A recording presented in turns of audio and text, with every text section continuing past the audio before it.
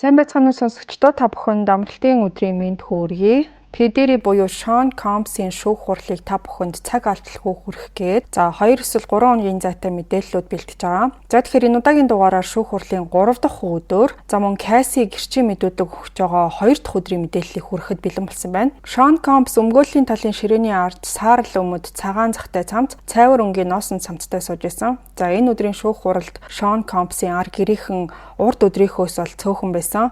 За харин Cassie Ventura урт саарл даашинд бараа өнгийн урт хүрэн өмсч гэрчийн суудалд байрлалаа эзэлсэн. За энэ өдөр бол Cassie болон P.Diddy-гийн хоорондоо бичигдсэн олон тооны мессежүүдийг шүүхтэн анхимд харуулж эхэлсэн байгаа. Тэгэхээр мэдээж нэлээд хувийн шинжтэй асуудлууд бас сөхөгдөж яригдах болно. Үүнээс гадна бол 2016 онд Cassie буудалд задуулж байгаа бичлэгийн талаар тэгээ тэр үйл явдлын дараа юу болсон талаар тайлбар өгч бас ярьсан байсан. Sean бол түн рүү цэцэгтэй VAR авч шидэж тэр өдөр би зүхтах гэж оролцсон. Freak Offs сүүлдээ бүр хүчирхийлэл рүү шилжсэн гэж ярьсан. VAR над руу шидсэн ч тэр нь оноогүй, шалан дээр унаад хагарсан. Над руу тэр орилсоор байсан. Cassie-гийн хэлснээр бол тэр зочид буудлаас гарсны дараа Sean түнд тасралтгүй мессеж бичиж холбогдохыг гуйж исэн. За тэдгээр зургасуудыг шүүхэд бол үзүүлсэн байгаа.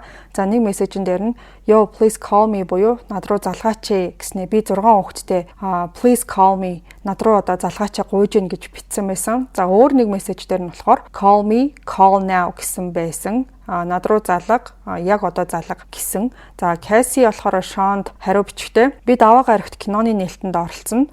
Уруул хавдаж нүдмийн хөхөрсөн байдалтай очихно. Хийсэн зүйлсээ зөв зүгээр хэвийн асуудал юм шиг бодож байгаад чинь итгэж чадахгүй нэ. Чи өвчтэй гэж бичсэн байсан. Cassie-гийн хэлснээр бол тэр орой Sean-ы ажилтны нэг болох D-Rock гэх хүний гэрт нь бол очисон. За тухайн эрэгтэй болон түүний эхнэртэй нь бол Cassie маш сайн найзууд байсан. За тэднийд очичоод тэгээд шөндөө буцаад Sean-ы гэр рүү явсан. Яагаад гэхээр Cassie-гийн гол дүртэн тоглосон Perfect Match гэд киноны нээлт нь удахгүй болох гэсэн болохоор хувцас бэлдэж ирсэн байгаа дизайнеруудтай ажиллах шаардлагатай байсан гэж ярьсан. За удаагүй тэдний явсан улаан эвсний ёслолд оролцож байгаа зургийг бол харуулсан. Cassie-гийн хэлснээр тухайн зургийг ингээд сайн анзаараад харах юм бол баг зэрэг хөхрөлтүүд харагддаг гэсэн байсан.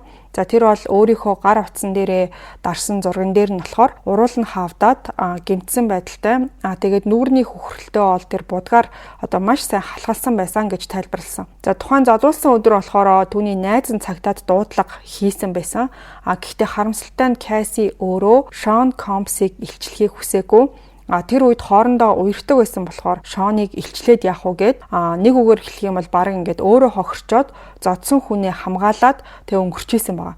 Тэр талаар нь түүнээс баталгаажуулж үнийн эсхийг нь асуусан чинь Cassie бол үнэн гэж хариулсан. За 19 настайдаа тухайн найзтайгаа авахулсан зургаа бол нийтэд үзүүлээд 2016 онд задуулсны дараа яг тэр найз нь Cassie-г уруул нүүр ам нь аимшигтай болсныг харангуйтаа маш их уурлаад шууд цагдаа дуудсан гэж ярьсан. За тэр найз маань бидний хоорондын харилцаа бас өмнө нь гарч ирсэн асуудлуудыг ч гэсэн мэддэг байсан.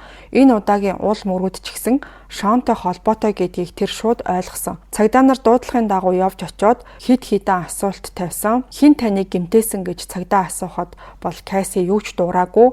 Тэгээд тэд нар буцсан гэж ярьсан. За тэр үед үнэхээр хүнд хэцүү байсан ч гэсэн Sean-ыг илчлэхдээ би бэлэн байгаагүй гэж ярьсан. За энэ талаар ярьж байгаа үеэр бол P.Diddy бас л өчигдрийнх шиг яриа болгоныг анхааралтай сонсож шүүгчдийг ажигласан байдалтай сууж исэн. Харин Cassie өөрт нь мансууруулах бодис санал болгож исэн тухай ярихад бол P.Diddy толгоос ихсэрч өгөөсгөж байгаа гэдгээ илэрхийлж исэн. Тангарахтны шүүгчид Cassie-гийн нээлтэнд өмссөн гялцсан тийм алтлаг даашинцтай зургуудыг бол харсан. За тэр зургууд дээр бол нарны шил зүүсэн байсан. Нүдээ бол угаасаа халахалцсан. Нүүрэн дээрх хөхрөлтүүдээ дарахын тулд маш тийм зузаан буудалд хийсэн гэж өөрөө хэлсэн. За after party дээр нь өмссөн байсан цэнхэр даашинттай зурган дээр болохоор баруун хөл дээр үүссэн хөхрөлтүүдийг ч гэсэн тэр зааж харуулсан. За ингээд энэ өдөр Cassie өөрийгөө опиоидын хамааралтай байсан гэдгээ хүлээн зөвшөөрсөн явдал нь бол нэлээд сонирхолтой асуудал байсан. Энэ нь бол зөвхөн тэр Freak Offs-аас болсон төдийгүй өөрийн донтолтын талаар илүү илүү ойлголт өгсөн зүйл болсон. За Freakoffs-ийн дараа бол Cassie-гийн хэлснээр тэр хоёр хоёулаа одоо шингэн тариулдаг, одоо судсаар шингэн тариулдаг, за бас массаж хийлэгдэг, хоол иддэг, заримдаа одоо хар тамхи хэрэглэдэг байсан гэж ярьсан. Opioid намайг мэдрэмжгүй болгож өгдөг. Тиймээс л тийм их хэрэглэх болсон. Би бодит амьдрал дээр юу болж байгааг үнэхээр мэдрхийг хүсээгүй.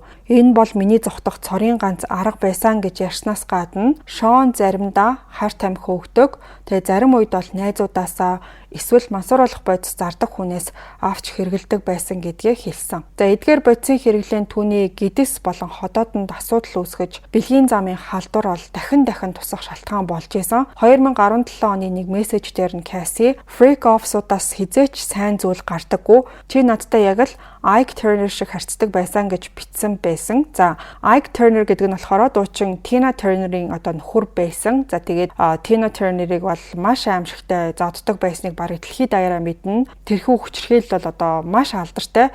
Кино хүртэл бас байдаг. За Cassie мансууруулах бодис хэрэгэлдэг байсан нь тэдгээр үйлдэлүүдийг твчхийн тулд тэр зүйлүүдийг мэдрэхгүй байх зорилготой байсан гэж өөрөө хэлсэн.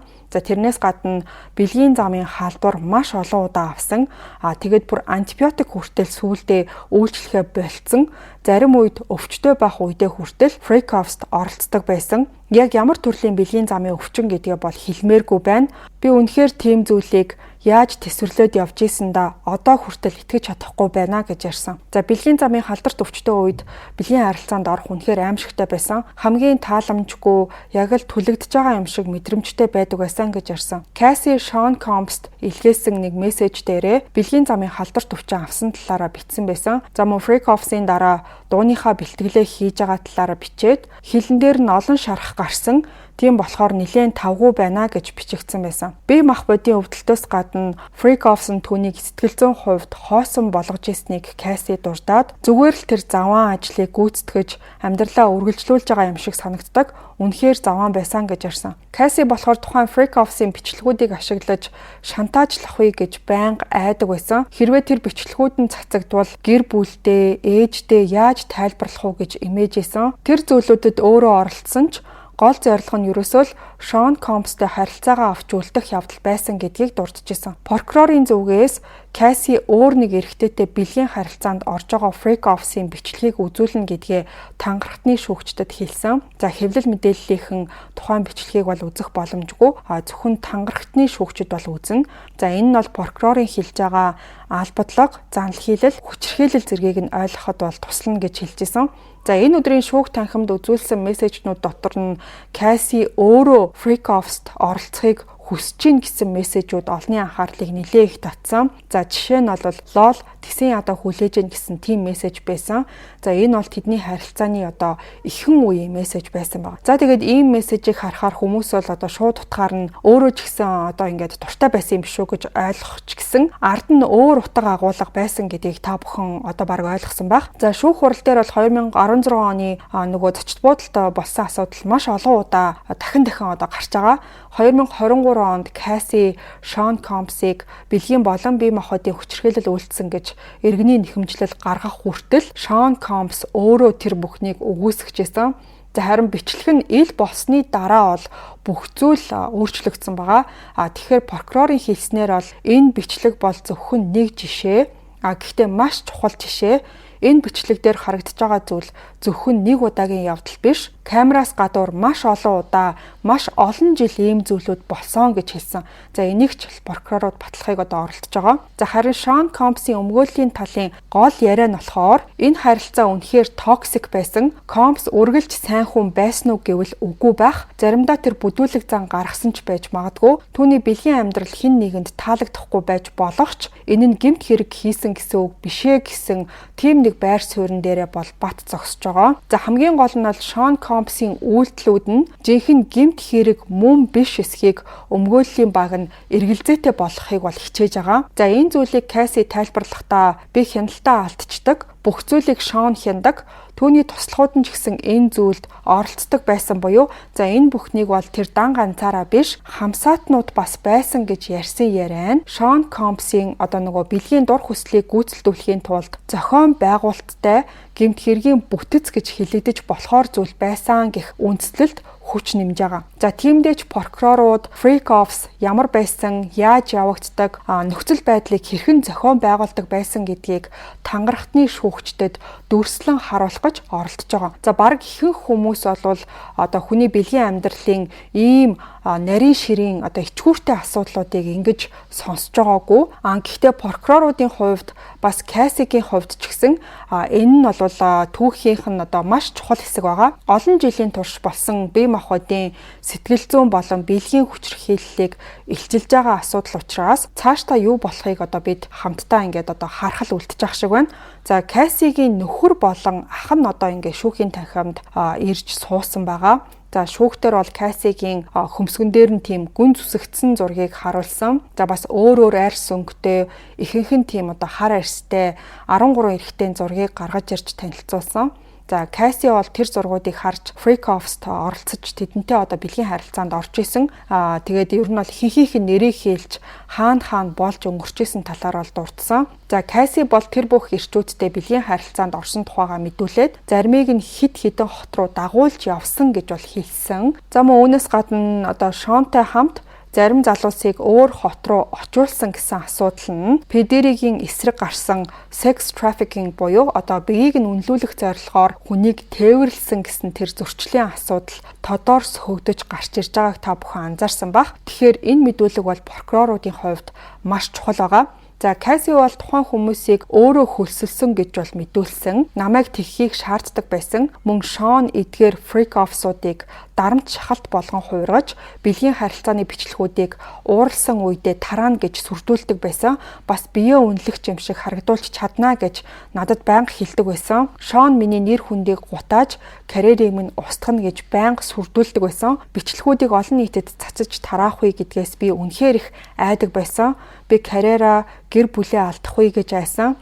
Үнэхээр ичгүүртэй, гутамшигтай хин ч ингэж хүнтэй харьцаж болохгүй гэж Касси ярьсан. Тэгэхээр энэ бүх зүйлийг за нөхөр нь бас одоо төрсөн ахын сонсоод суух хүнд байхаас бол гарцаагүй. За Касси бол Instagram аккаунт дээрээ нөхөртөө талархал илэрхийлж өөрт нь хизээд түшиг тулгуур болж ирснийг бас дурдсан байсан. За гэхдээ Касси болон түүний нөхөр Алекс хоёрын харилцаа эхлэхээс ч өмнө энэ бүх зүйл болж исэн ч гэсэн одоо ийм нарийн ширийн одоо мэдээллийг сонсох нь ямар ч хүнд бол сэтгэл зүйн хувьд амаргүй байнах. За үүнээс гадна шүүх хуралд ирээд оролцож байгаа одоо Педеригийн ар гэрийнхэнд ч гэсэн ийм зүйл сонсоод суух нь тэсхийн аргагүй байсан баг. Зүгээр төсөөлөд ингээд үзэхэд бол одоо миний юм уу эсвэл одоо таны аав яг ийм байдалд орсон тэрийг ингээд сонсоод сууж ийн гэж бодоход хүртэл аимшигтай байх нь бол мэдээж. Тэгээд ч юу нь бол ихэр охтууд нь бас ээжигээ алдсан. Тэгээд яг юу мэдэрч сууж байгаа тий аавынхаа талаар ийм аимшигтай юм сонсоод сууж байгаа тэдний хувьд бол яг юу мэдэрч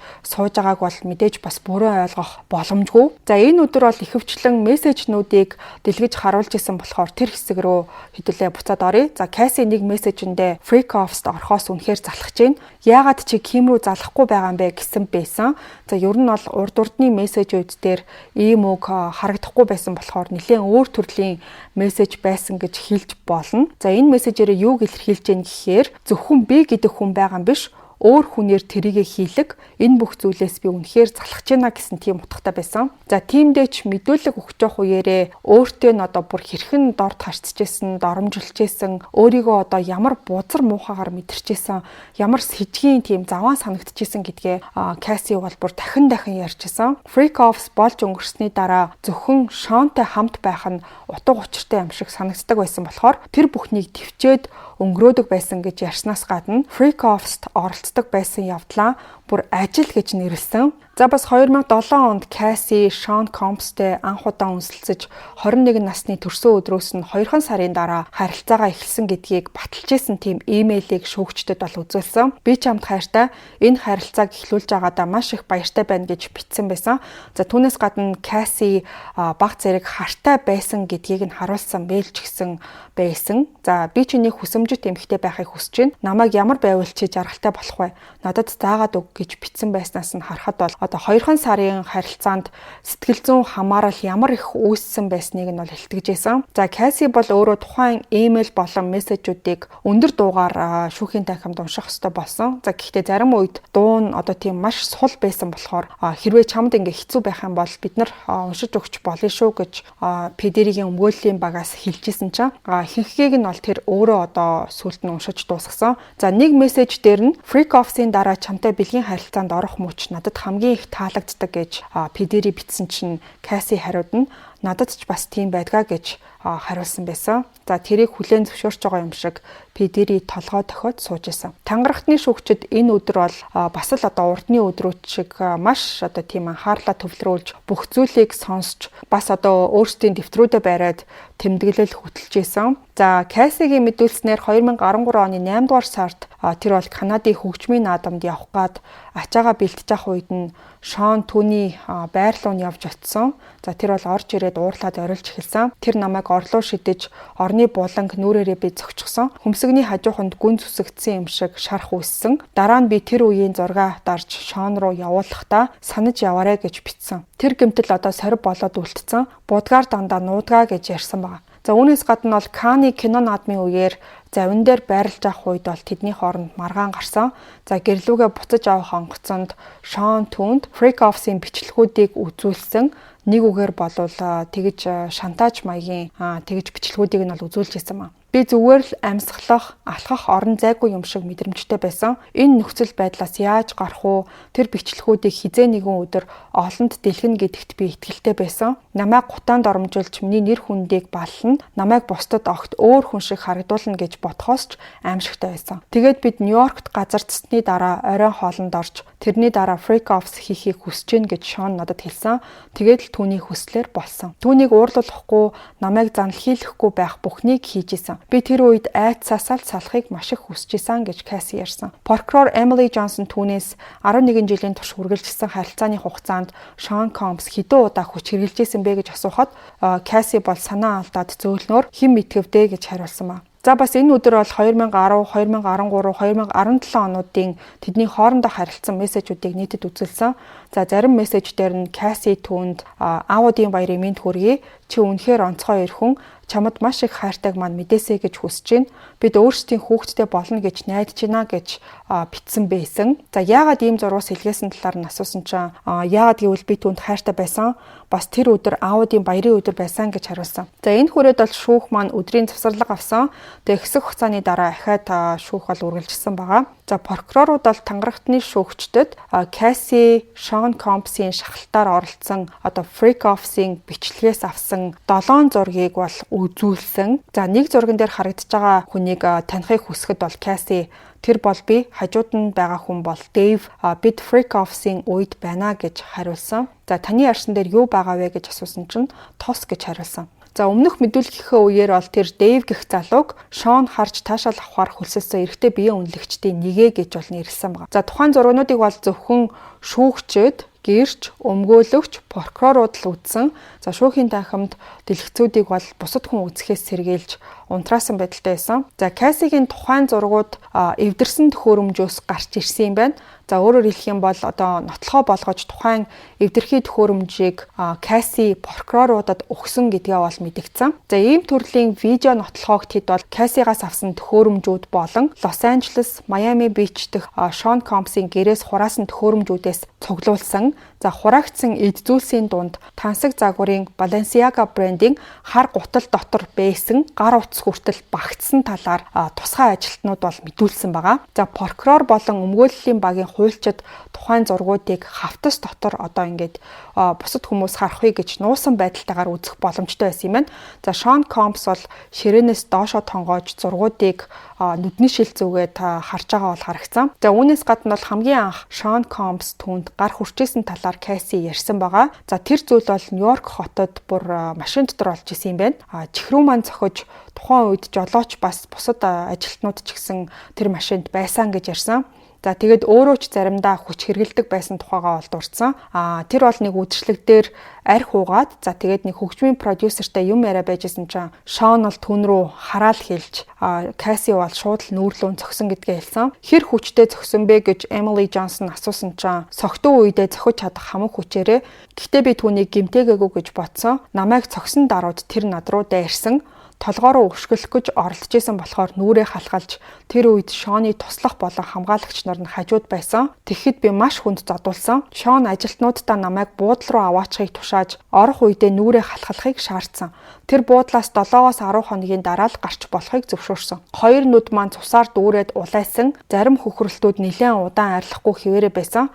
Бас л нүдний шил, зузаан буудалтуудаар бүх гэмтлээ халахлаад явж исэн гэж ярьсан. Касси 2011 онд P-Diddy-тэй харилцаа тааламжгүй болсон байх үеэрээ богинохон хугацаанд Kid Cudi гэх нэрээр олонд танигдсан Scott Miss Cudi гэдэг хүнтэй болцожсэн талаараа мэдүүлсэн. Kid Cudi-тэй холбоотой байхын тулд бол Касси нууц утас хэргэлдэг байсан. Би Шон мэдчихээс айжсэн. Гэхдээ л тэр бүх зүйлийг мэдснийхээ дараа ярилцъя гэж гэртээ дуудсан. Очиход тэр маш ууртай байсан. Бас л нөгөө Freak Offs-ийн бичлэгүүдийн тухай ярьж тэр бүх зүйл Scott бит хоёрт хэрхэн нөлөөлөх талаар хэлсэн. Шон миний нуруулан өшөглөж маш том хөхрөлттэй болсон. Биеийн өөр хэсгүүдэд ч гэсэн хөхрөлтүүд байсан.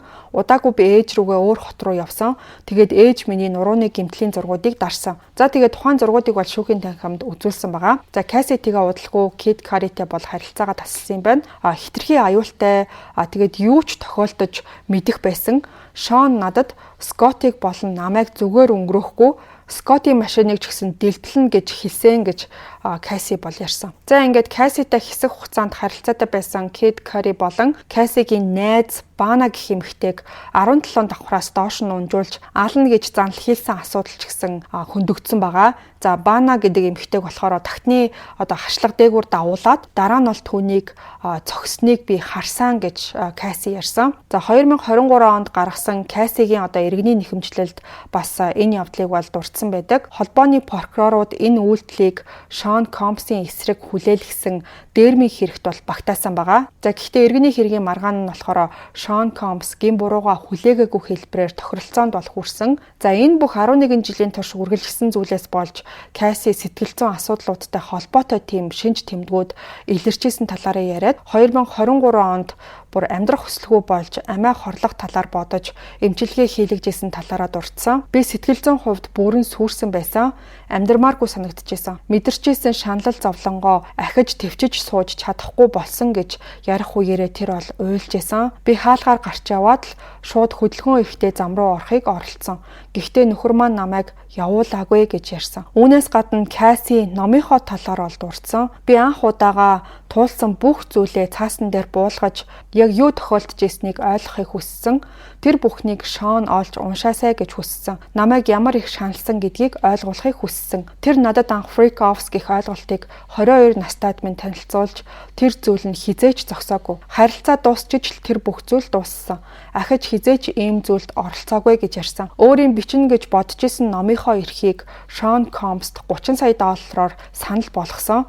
Энэ бол санамсаргүй тоо. Зүгээр л анхаарал хандуулах зорилготой байсан. Касси 2023 оны 11 сард Шон Компсын эсрэг иргэний нэхэмжлэл гаргаж Шон энэ хэргийг маргаашна гэхэд 20 сая долларын нөхөн төлбөрөөр зохицуулсан. За тэгэхээр олон нийтэд бол 30 сая доллар гэж яригдчихсэн боловч тохиролцооны мөнгөн дүн хэд байсан гэдгийг олон нийтэд анх удаа дэлгэж ярьж байгаа нь бол энэсэн.